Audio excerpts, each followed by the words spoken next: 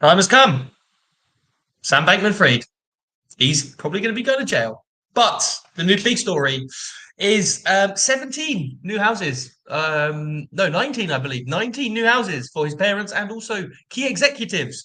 And the story just keeps getting worse. As you can see over here, this is Sam Bankman-Fried. He's been extremely quiet here, guys, recently. I'm only just going to bring you a quick update on the whole story. Obviously, we've seen 17th of November, no response from him. Where are you gone, Mr. SBF?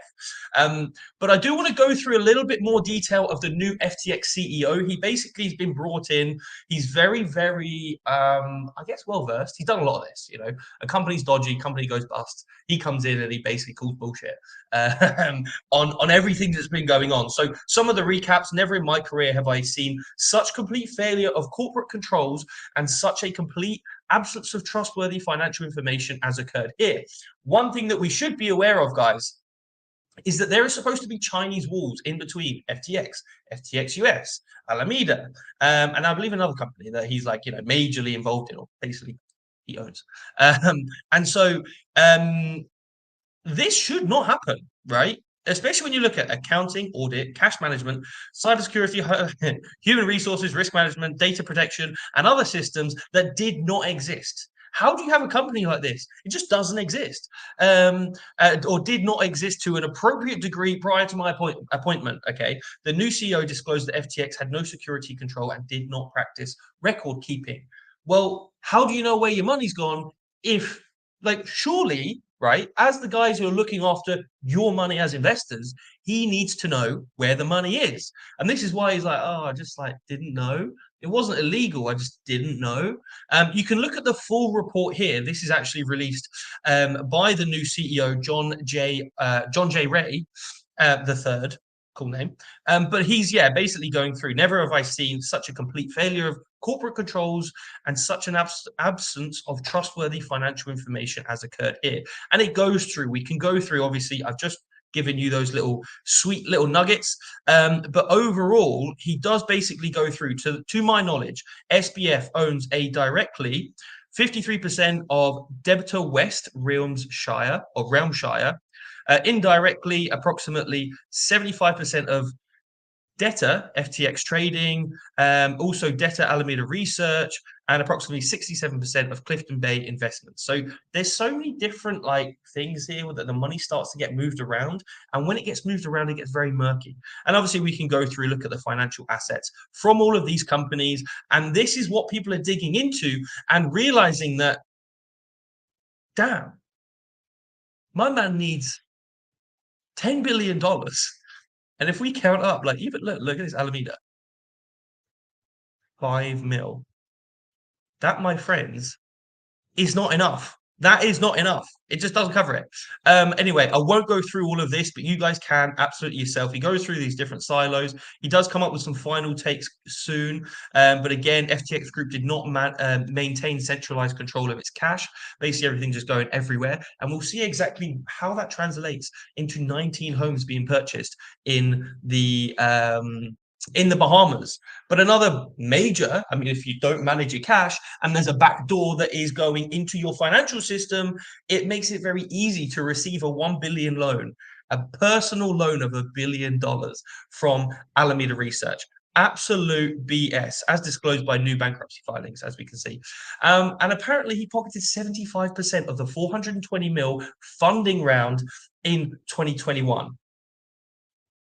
As anyone who has anything to do with Wall Street, or even anything to do with any finance or any business, right? You give a business case and you say, hey, look, here's my business case. Here's my business case. What is my business case? I have a business case. This is my business case, right? This is how we're going to make money. This is where it's going to go. This is how much you're going to get as a return. This is the growth. You plan everything out. An investor goes, oh, that was pretty good. I'll buy it. I like it, right? Sam Bankman-Fried then just went, I'm going to take all of this for myself. It's absolutely ridiculous. It is so stupid. And now there are talks that some claim this will never, ever happen again. He might get suicided. He might get suicided. SBF, I have information that will lead to the arrest of Hillary Clinton. Let's not forget about that little tweet that got, the question is why? And I think it's because of his parents. His parents are very well involved, should we say, with the government, given that they are corporate lawyers. Well, they're actually, they're like teachers. They're law teachers, but they're lawyers and they practice law. And so surely you should know something about compliance, right? This is very, very, this is just what should have happened. Key executives of the FTX exchange and Sam Bankman-Fried's parents have brought at least 19 properties in the Bahamas with a combined value of up to 121 million. Where's the money come from, Sam? Sam Bankman, Sam Bankman fraud. Where is the money coming from? Most expensive house. Imagine, right? You just dropped $30 million on a house, right? What? It's seen that the price of the most expensive house bought by FTX Property Holdings. Where does the money come from that? Because I know for a fact you're not developing property with this money. That was not the start of FTX. They just opened up as separate companies and been like, oh yeah, okay, let's just do that, and let's just like buy money. It was recorded that the luxury house in a region called Castle Bay, built by the British colonial administrators in 1700s, was bought by SBF's parents, according to the documents. The house was bought for SBF's family to take a vacation. So look, I mean, look, his parents are, and I believe I have it somewhere, but basically his parents are corporate law. No, not corporate lawyers. They are teachers at a law school. And obviously they're lawyers themselves. I believe they were compliance lawyers. If you're a compliance lawyer and your son opens up one of the biggest exchanges, and that you surely around the dinner table, just on a phone call, how's things going? Oh, I've got 10 different companies, but there's no, there's there's all of these issues. There's no human resource, there's no cybersecurity, there's no cash managing, there's no audits, there's no accounting, there's no data protection, risk management. Surely your parents would be like, mate, that is illegal. Oh, it's all right as long as you just buy me some houses. I don't mind a house or 19 of them. I did find this really cool visual capitalist. It's a basically just an infographic outlining some of the liabilities. It's a couple days old, I will say, but you can see here. So obviously Bitcoin, Ethereum, USD, etc. But then their liquid assets only total up to 900 mil. And this is why we saw the price of Robinhood drop, USD in Ledger Prime, USDB. So looking at all of these, mate. Look, liabilities 9.8, liquid assets 900. Okay, less liquid assets. Maybe this is good. Maybe this is good. Locked USDT. It's locked. See you later. APT. I hope that's not apartments. No, different tokens, obviously. Serum, SRM, maps. So obviously, but these are very, very dependent on the price. Now, when Solana has just dropped to where's the price at now? I believe the Solana. Let's have a look at Solana price. Currently, where are we at? We are at $11. Right. Okay. And obviously, still leave that. So we'll move on from that swiftly. And then illiquid, obviously, this is venture capital. This is like him buying into companies that say, oh, we're going to have this. This is our plan. And you make loads of money. Typically, they are good. This is why VC companies make a ton of money, but obviously not when someone comes and takes all the money, like Sam Bankman-Fried did. But, these assets can't be unlocked. And then this is the very, very simple. That's why I said that this was a couple of days old, because, there are less liquid assets. There are illiquid assets, but there are also assets that just don't it doesn't make sense. They're not there. What about that? What about Alameda? What about all the money that went to Alameda? What about this loss of 3.7 billion before 2022 bankruptcy filings show? Now, this wasn't, I don't believe, right, that this was very heavily published and heavily announced, especially because this was before 2022. So the time when everyone was trading and everyone was making money from crypto and everyone was excited, how'd these guys lose 3.7 billion? Were they doing something wrong? Are they as good? Because even Kevin O'Leary endorsed them. They're the best traders in the industry. You can't deny he's a fantastic trader. Well, $3.7 billion has gone from somewhere. That's just basically come out. Plus, you must have won on a couple positions. What is going on? What is going on? But now, obviously, we're talking about jailing the Bernie Madoff of crypto. And I always quite like to say Bernie Madoff. Bernie Madoff with your money. That's what he did. He ran away. No, he didn't actually go into jail. Poor him. Actually, no, not poor him. He basically stole his money. But obviously, people are now talking about him as being very, very similar. This is one of the biggest. Well, this is the biggest collapse in all of crypto that's ever happened, I believe. Yes, we had Mt. Gox. That was really, really bad.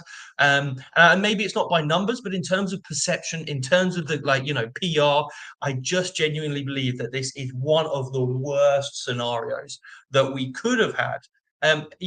They lied. FTX lied. I think Sam lied to his employees, his users, his shareholders, regulators all around the world, and all the users, is what Zhao said. And so yeah, it was worth 32 billion. He was one of the richest men at 15.6. Just going to move off from that one as well. Doesn't look great. But so they had the hack as well. I want to give you an update on this. So the hacker, should we say, has secretly been moving money around. So he hacks, and he believe he took $600 million, 662 to be exact. He obviously took loads of money from FTX, and this conveniently was the day before the bankruptcy happened. Oh no, we're in liquid. Oh, we might have to close down. Hacked. Oh no, how did someone hack me? The worst time for this to happen. Hasn't happened before, but suddenly happened as soon as all of our, as soon as our business went down the toilet. And so basically you can see this all being moved around. You have a look through Etherscan, you can actually follow some of this. And so you can see where this money is being moved to. It went into Ukraine and that's like, what the heck? And then it's being transferred into Bitcoin again from Ethereum. So you were seeing it's a crazy situation that's going on. Yes, they're losing money left, right, and center, but it's at least entertaining. It's at least entertaining. But blockchain experts argued that the looter was likely an insider who had access to the exchange's cold wallets. That kind of makes sense because the CTO was really busy the day before the hack on GitHub, and the changes. So I mean, is he making changes? What is this guy doing? Right? No one knows exactly, but everyone's pretty sure. And not many people have access to the cold store wallets of an exchange. And if you are talking about exchanges, we can't really talk without talking about Gemini, likely to go into Chapter 11, filing for Chapter 11 bankruptcy, which is obviously a disaster. But they're working with Genesis Digital Currency Group to unlock earn users withdrawals. No, this is not Gemini. I'm talking about Genesis. Genesis. They are likely to file for Chapter 11. But Gemini Earn, which is from the Gemini Exchange by the Winklevoss twins, the ones, they had the beef with Mark Zuckerberg, stole my idea. They were like, anyway, F it, we're going to go buy loads of crypto. So they went and bought loads of Bitcoin, got rich, started an exchange. Then they had an earn system. And then they blocked withdrawals. I did tell you, though, that you should watch out for Genesis, for Gemini. This was a couple of videos ago. And then they blocked withdrawals. So obviously that's not great. And another thing that I do want to warn you about, okay? This is my next prophecy. I don't know if it's obviously going to happen, but I would be careful. Salt lending. Salt lending. Google this if you're invested. Be careful. California has just suspended their license, and obviously it's just going to be another massive train wreck. Is the polite way of saying it. The public disclosure comes at the heels of Salt's decision to pause the withdrawals of customer deposits. Salt, a digital asset lender, blamed the recent FTX collapse for its financial turmoil, but noted that it's working with relevant stakeholders to resolve the debacle. Sorry to report that the collapse of FTX has impacted our business. I think it's probably, is it a lack of diversification? Is it that you didn't actually manage your own funds effectively? I would say that's probably more likely. But anyway, See you later. Your license is suspended. You've paused withdrawals. Be very careful with these guys. I know, like I said, that you can't get money off because they paused withdrawals. But we might get to a scenario where they work up a deal to be able to get some money out, like Tron did with FTX. But obviously, that just ended up shafting everyone apart from Justin Sun. One thing that I do want to mention, since we're talking about exchanges and dodgy lenders, have a quick look at this. This was announced, I believe it was today. Coin market cap exchanges. So we can look at the exchanges, and then we can also have a quick look at the exchange reserve data. Okay, so we go up on here. Let's have a look. Mad volume. This is why I like Binance. Do like Binance. Binance, Femex, Bybit, like them. I really like them. And so, where I don't know where we're getting onto here. Yeah, so we're getting onto here, financial reserves. But by the way, if you do want to sign up with Bybit or Femex, obviously these are companies that haven't been involved in this at all. They've been flying fine, absolutely fine. In fact, no kind of cast of doubt has been shadowed over them. If you do want to sign up, there's up to a $4,000 bonus. Use the link in the description to make sure that you get that, depending on how much you put in, and you can begin trading crypto today. Because what a better time than now to be buying crypto? I mean, look, Bitcoin's where is Bitcoin? Let me see it up here. Get up here. Why don't I just go coin market cap? Boom. Bitcoin's what? I know it's at like 15.6. 15.7. Oh, close. But anyway, so we can go through, we can have a look at the different balances, etc. As you see, BUSD, this obviously is like very liquid. Again, very liquid, very liquid. And this is what we like to see. The three top holdings should be liquid coins. They should be assets that you can sell very quickly, and you're not too worried about the price fluctuations. Obviously, if they hold most of their currency or most of their reserves in Bitcoin and Bitcoin drops to 10K, then there's worries about their liquidation and their actual, their solvency. But they've got a lot of cash, a lot of cash.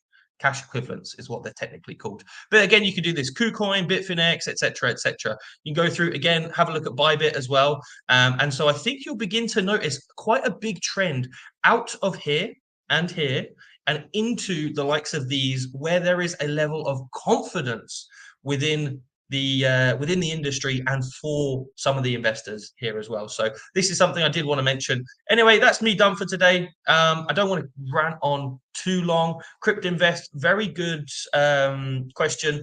He's not doing very well actually. He's gone to the toilet. The toilet. It's the toilet. What is wrong with me? He's went to the hospital. I don't know where toilet came into that as well. um, he's in a completely different country. He's on a different continent, so I don't know if he is in the toilet, but he probably is getting sick. But anyway, he went to the hospital just to double check that he's okay. But yeah, he's feeling a bit under the weather. So yes, he's unfortunately he's going to make a valiant return, and we will be very excited for him.